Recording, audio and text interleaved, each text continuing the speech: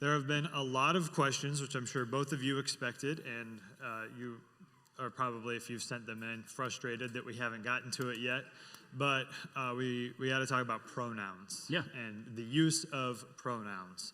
So there's a lot of different categories, a lot of different threads. We have public school teachers here. We have parents. We have healthcare workers. We have people in workplaces. So I want to pull on each of those threads a little bit and kind of hear what kind of counsel, wisdom that you would give to people in different kinds of contexts. So you can pick one of those contexts and pull on the thread. I'll circle back to anything. I would just say this. As a general principle, I would encourage you to avoid using pronouns. If you're really careful in your speech, you can avoid the use of pronouns altogether. It's possible. I'll just say this, and then I'll let Sean jump in, because there's a lot could be said here. I am most burdened right now, especially for public school teachers in this situation. One suggestion I've heard is to call a student by their last name, but then you would need to call perhaps all of the students by their last name. Could be awkward, but it is what it is. The thing I would also say, though, is as a level of encouragement, is that when you're looking at the legal landscape, the legal trajectory is actually really, really encouraging on this front. There was a court case in Northern Virginia within the last 2 years where a public high school teacher refused to refer to a child by their new name or their new pronoun. I'm forgetting which in particular. The principal was found violating the school's code of conduct. He was put on administrative leave. The teacher was a Christian. He filed a lawsuit through Alliance Defending Freedom. They worked that through the circuits, and they won. He was reinstated to his job, and this is where elections matter, courts matter, and if you want your free speech, you need to be paying attention to those matters. That's a great response and a practical way to deal with this. I would say it depends on the sphere in which we're in. This is an important way you frame this. Yeah. For me, I would never use preferred pronouns with a child. I can't think of any scenario in which I would. Now, the arguments made from people is using preferred pronouns is lying, misrepresenting reality. The other side says kind of meet somebody where they're at and accommodate them for the sake of staying in a relationship, and then you can speak the truth. I am not quite in a position yet where I'm willing to judge another Christian who does that as sinning. Some Christians have. I'm not quite sure that I'm there. But I am increasingly concerned about how even using the language preferred pronouns, how much, for lack of a better term, how much leeway that gives to the opposition. You said this yourself, Andrew. You said words have power, and how we define things shapes how we see reality. So there's a reason why CNN, whenever an issue comes up about abortion, describes pro-lifers as anti-choice, because they want to categorize what you are through that language. So along with J.K. Rowling, another person who's been boldly speaking up is the newscaster Megyn Kelly. Mm-hmm. She used to use preferred pronouns and has started to say, wait a minute, there's a whole worldview behind this. There's a whole ideology behind this. We're actually not loving people by doing this. And she said, and it really caught me in one of her interviews, she said, how can you say to somebody, oh, she is coming over for dinner, but she can't use the women's restroom and she can't play on a women's sports team? Like, wait a minute. That raises inconsistency itself. So I could possibly think of, and I won't go into depth right now, some scenarios where maybe I would do so. Maybe personally, not publicly, certainly not with a child. But as a whole, I am strongly in favor of what Andrew said. Like, we have to really be careful to navigate this and just not give too much ground because of what is at stake on this issue in our culture today. Can I just add one thing? Please, yeah. So the first edition of my book came out in 2017. I affirm everything that I wrote in that book. What I didn't see at the time is, yes, there are individuals who are struggling with this gender dysphoria. I downplayed what you talked about with how ideological this is. I saw this predominantly as a human compassion issue, which it is a human compassion issue. But we are failing to understand and appreciate the academic activist component to this. And so I think that heightens the vigilance that we should consider in where we're going to allow our language to be drafted into.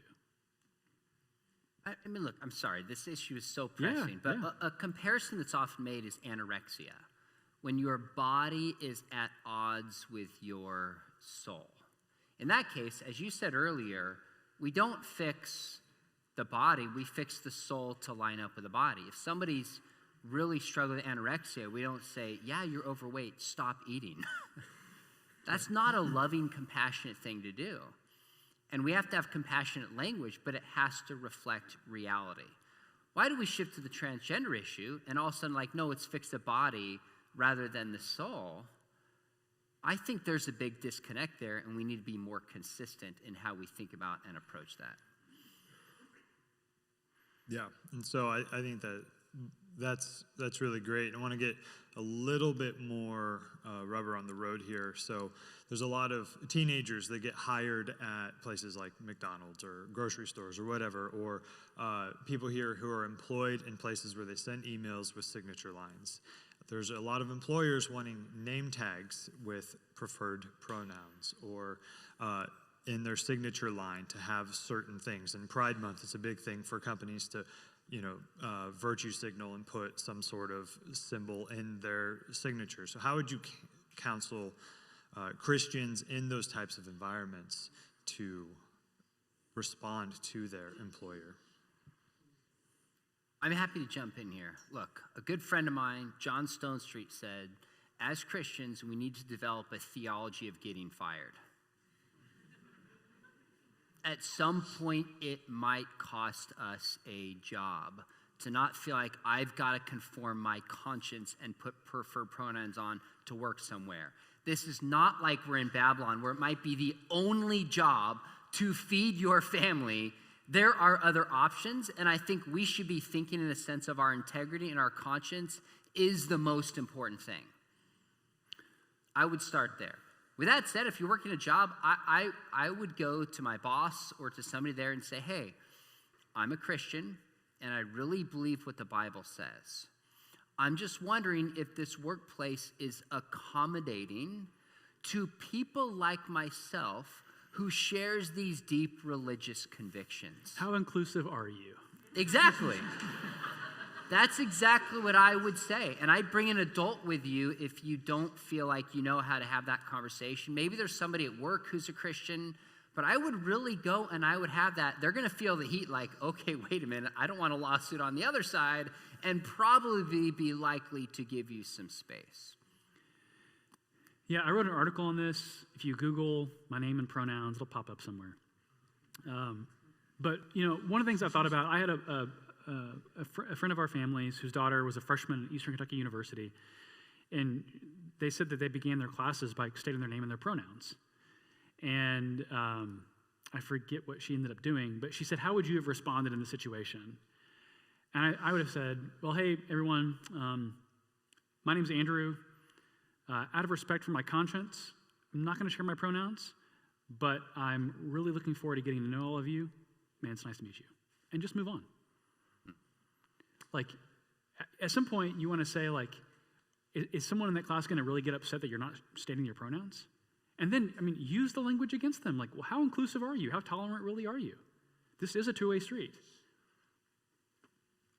I think that's good. I've also heard John Stonestreet talk about a theology of getting fired. And I think that in America, when we think about persecution, we often think about missionaries going to other countries and getting killed for proclaiming the gospel. So we make light of persecution that can happen here. And so what are some forms of persecution that you think are happening or you've experienced or are coming our way if we stand on a biblical sexual ethic? I personally would not use the term persecution for what we're facing in the States. I don't feel comfortable doing that in light of my brothers and sisters in Nigeria, my friends in the Middle East, that it literally cost them their lives for their faith. I think the temperature is being turned up a little bit. I've had people tell me it actually cost them their jobs, cost them a grade in a class, can cost you online, you can be shamed. Those are not insignificant things. But like you read yesterday, we should expect as Christians to kind of be hated from the world. We're just not used to that as Americans.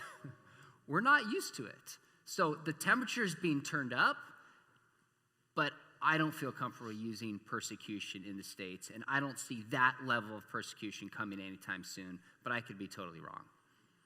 And I'll just say, I think Sean's right there. I think persecution is kind of a spectrum gradation type discussion. I think the thing that's most sad about this discussion is it's going to keep certain individuals from getting into certain fields. So, medicine, social work, legal professions, psychiatry, those are increasingly ideologically policed. And if you want to get accredited, you have to conform to those kind of professional organizations' accrediting criteria. And I think that could mean before you've lost the job, it may mean that, maybe you're not going to be able to go into that job. And again, that's tragic. But Sean's right. A theology of suffering, a theology of getting fired might be something we have to think about. And this also means, I've said this to other churches, what does it look like for churches to develop benevolent funds where if you have someone in your congregation who gets fired because of an act of faithfulness, that the church says, we love you, we're going to help meet your needs through this period of transition. That's great. That's really helpful. I want to end our time by getting into a lot more practical relational type of things. And so first, I think you've brought it up. You live in Kentucky, the Bible Belt. You have a wife and kids.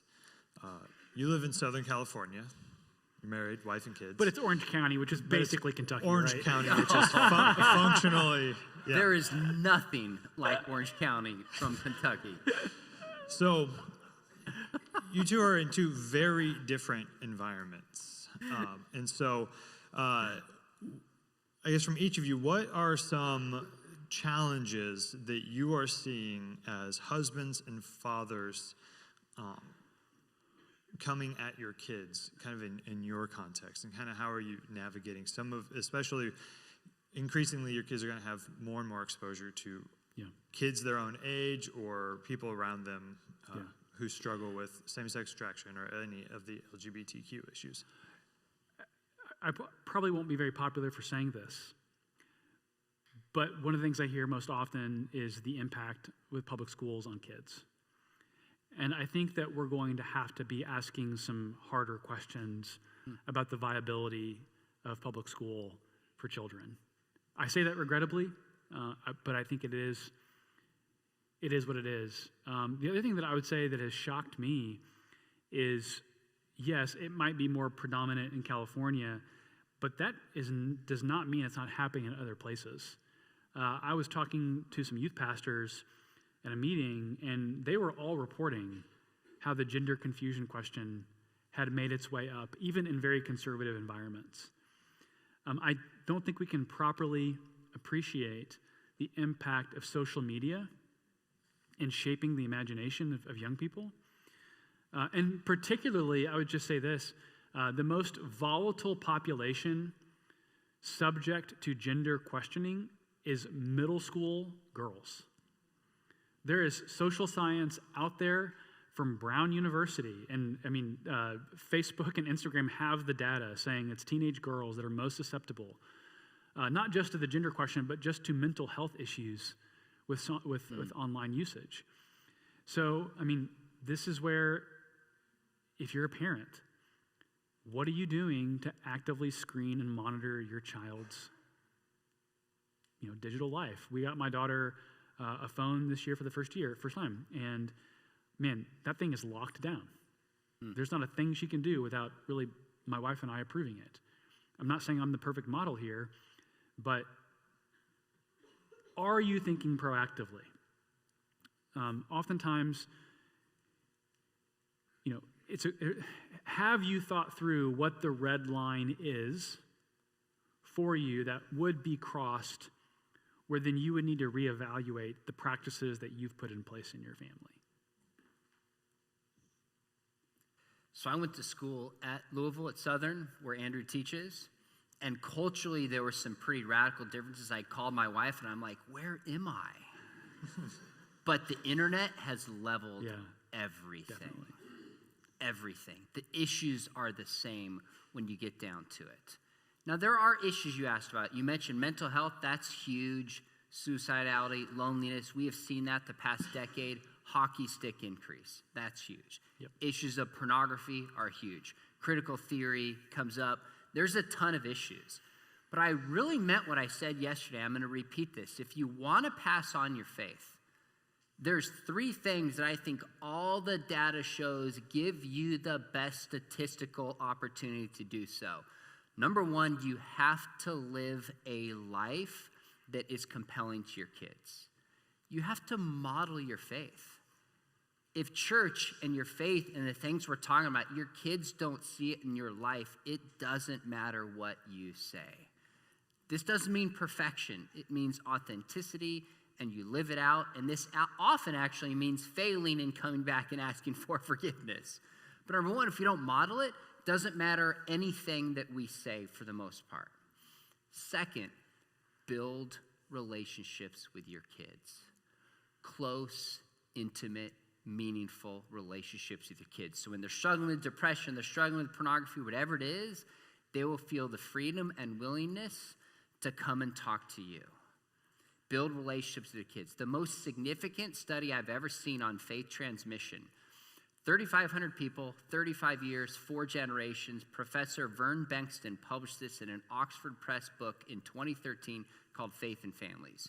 You don't have to get the book, but here's what he says. According to their study, the most significant factor in faith transmission, he's an academic, is, quote, a warm relationship with the Father. A warm relationship with the Father. Spend time with your kids and love them. Model it, spend time with your kids, and have intentional faith conversations. There's no formula, but if there were, that's what it would be. I'll give you an example of what this looks like in the McDowell hold. I talk to my kids all the time about this stuff. I'm always looking for them to say something. I say, what do you mean? Always looking for something in a movie. Let's talk about it. So my son, this is 5 years ago. He was 14. He wanted to see that movie, Bohemian Rhapsody, about the rock band Queen. Oh, now you participate. I get it. Just kidding. Rock band Queen. It's PG-13, and there were some ideas, and I'm like, I don't love some of the stuff in this, but I read it. I'm like, okay, it's not R. It's not overly sexual. I said to my son, hey, I'll take you, and I'll take a friend whose parent approves. If when we're done, we just talk about it. I just want to know what you think about it. He goes, sure, Dad. So we go to the movie. $100 later, we're driving home. And we walk in the house. He goes, okay, Dad, let's talk. He's 14. We sat down. And I said, hey, did you like the movie? What's your favorite scene? What surprised you in the movie? And then I said, are there any things as Christians we agree with in this film? I said, are there any moments you felt you were being preached at? Are there any moments you thought this film misrepresented God's design for sexuality? And in relationship, for probably 30 minutes, we talked about it. The whole purpose of the book I wrote, So the Next Generation Will Know, is not a whole new formula to do for parents, because then we do it for 5 days and then stop and then feel worse as parents. How do we more strategically utilize the opportunities that come up in the rhythm of life? That shift in a mindset changes everything. So model for your kids, build relationships, and look for opportunities to have spiritual conversation. And in a sense, it doesn't matter what issue comes up. If you do those things, you'll be able to navigate it with your kids.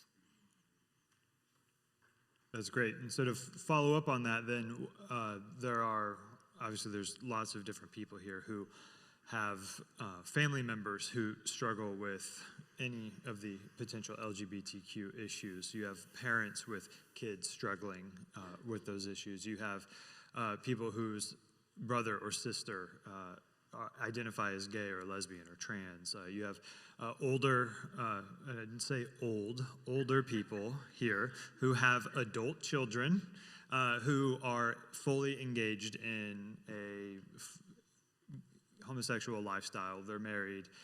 What kind of counsel would you give to Christians in interacting with family members who are struggling in that arena? I mean, first and foremost, remember human beings are human beings.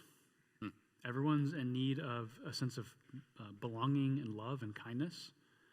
So I also think, though, that means you have a conscience that you have to honor. It's a two-way street. If you're thinking about the pronoun issue in a family member, I just have to honor my own conscience in saying I would not call someone by their new pronoun or their new name. I wouldn't do that personally under my own convictions under any circumstance. But the reason I would not do that in a familial circumstance is because I have had a long-term relationship and investment in that person. And that person ought to know that my love for them goes beyond any type of action or activity or label they want to apply to themselves. And to say, well, and also, you might be the last line of defense in that person's life from being like completely given over into that worldview. What I would say also is don't let your reactions or your attitude or your aggressiveness or your rhetoric be the reason for the relationship to be broken. Obviously, we should never be striving to break a relationship. Sadly, based on the conversations I've had with people, there are broken relationships, but they've been broken relationships where the parent has gone, far and above to communicate love, acceptance, relationship. But at that point, the person still said, well, you're not doing X, Y, or Z, I'm out. And that's horribly tragic. But the principle I laid down in my first talk, I think it's worth repeating. Don't let you be the person to blame if there was a relational breakdown. Yeah, that's great. So my wife's dad is one of 12. So family reunions are like 70, 80, a ton of people that are out there. So there's people all over our family with all sorts of worldviews and beliefs, some Christian, some not. And navigating family is very different than other scenarios. One thing I try to have is a long-term perspective. Yeah. I don't want family thinking, oh, here comes Sean, he's going to turn it to Jesus every time. It's not going to help in that setting. What I try to do is, since it's my wife's family, is love my wife in a way that they would respect and appreciate because she's blood to them. I also try to look for opportunities to have conversations at appropriate time in appropriate ways. And some family members are more open to this, and some are not. If they're not, I don't force it. But I also try to think through, when this person has an openness in their life and maybe some kind of crisis, am I the kind of person they would come to when that openness is there? And I've had a handful of her family, out of the blue, completely shocked, call me and say, hey, I know you teach apologetics. How do you answer this? And that conversation is opened up. So if this person, you have somebody transgender in their family, they may or may not be open to it. There's a story that's there. I'm thinking, I want to lean in relationally. If this person was open to it, I'd say, hey, can we go to coffee? You're identifying differently. This is a huge shift in your life. I just want to understand what's going on. I want to understand you and ask you questions. That's a win. Now that person might say, why are you so interested in me? How do you make sense of this? And then you have an opening. If they don't ask, I wouldn't force it. For me, I have a public ministry, so some of my family watches my stuff anyways, even though they don't agree with me. So part of it is like, I just want to be relationally present and loving. So when there's an openness that's there, I can be the one who would speak into their life. Of course, pray for them and just love on that person. So if someone turns transgender, the temptation might be to lean away because it's uncomfortable. That's the time to lean in. It's great.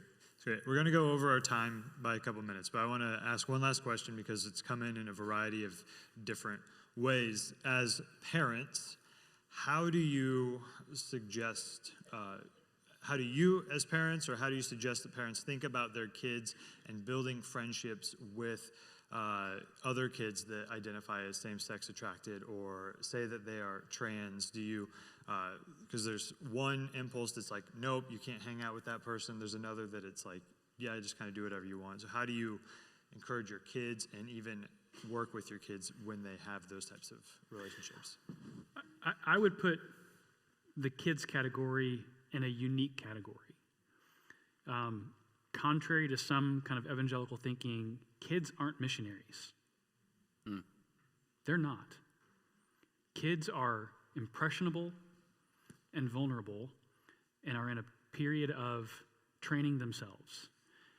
I'm going to train them we do this regularly. We train them to have a dignity ethic for all. We actually have the conversations about what's going on in the culture. And we train them to be neighborly and kind. But I'll be honest, I don't know if I would feel comfortable with my child being in an exclusive setting or in a home with that situation. If it's a friend group that they're trying to be loving and kind and genuinely including of that person, it's a separate conversation. But I think we do need to have an extra layer of vigilance with it being children. And I'll just say this. This doesn't need to be, okay, kids, we're having the gay conversation today. That'd be weird, right? Don't be weird. That's a good principle in life. I remember we were leaving the mall a few months ago, and we saw a very profoundly disabled boy in a wheelchair being cared for by his parents. And I could tell that my two youngest children were kind of observing this. And we walked out to the car, and that was the opportunity. All right. We just saw a very profoundly disabled little boy. What should be our response to humans, to persons like that? And thankfully, we've built some capital, and the 8-year-old was like, well, they're made in God's image, and God loves them, so we should be kind. Amen. And I was like, there it is. I love that. That's exactly the principle I'm talking about. Through the opportunities that arise in life, lean into those. The only wrinkle that I would add is when we ask, how do we have our kids have friends with kids who are others who are LGBTQ? Why just that issue? Sure. What about kids who are Muslims? What about kids of a very different political party? What about kids who are heterosexual but look at porn? I mean, why just that issue? I understand we're at a conference talking about this, but we shouldn't put that in a category, in one sense, as it relates to parenting our kids that we wouldn't put others. I also think I agree that kids are not missionaries. There's also, kids are different, though. I have 3 sisters. I won't mention them by name, but I have one sister who, I don't think any of her friends growing up were Christians. And she was like steady, never doubt. Her friends would drink and party. She would hang with them and just was solid on exactly who she was, not affected by peers. That's her wiring. Let's just say I have another sister at that stage in her life who was the opposite, completely peer affected. Now they're both amazing, they're wonderful. They were just different kids. So I'm going to kind of parent my kids a little bit uniquely. And same with public and private schools. I have huge concerns about public schools, but answering where your kids should go in part really depends upon your kid, your relationship with them, your ability to do private school, the quality of the private school that's near, the quality of the public school. There's some good public schools, even where I live in California, where principals are Christians, And they are holding a lot of this nonsense stuff at bay.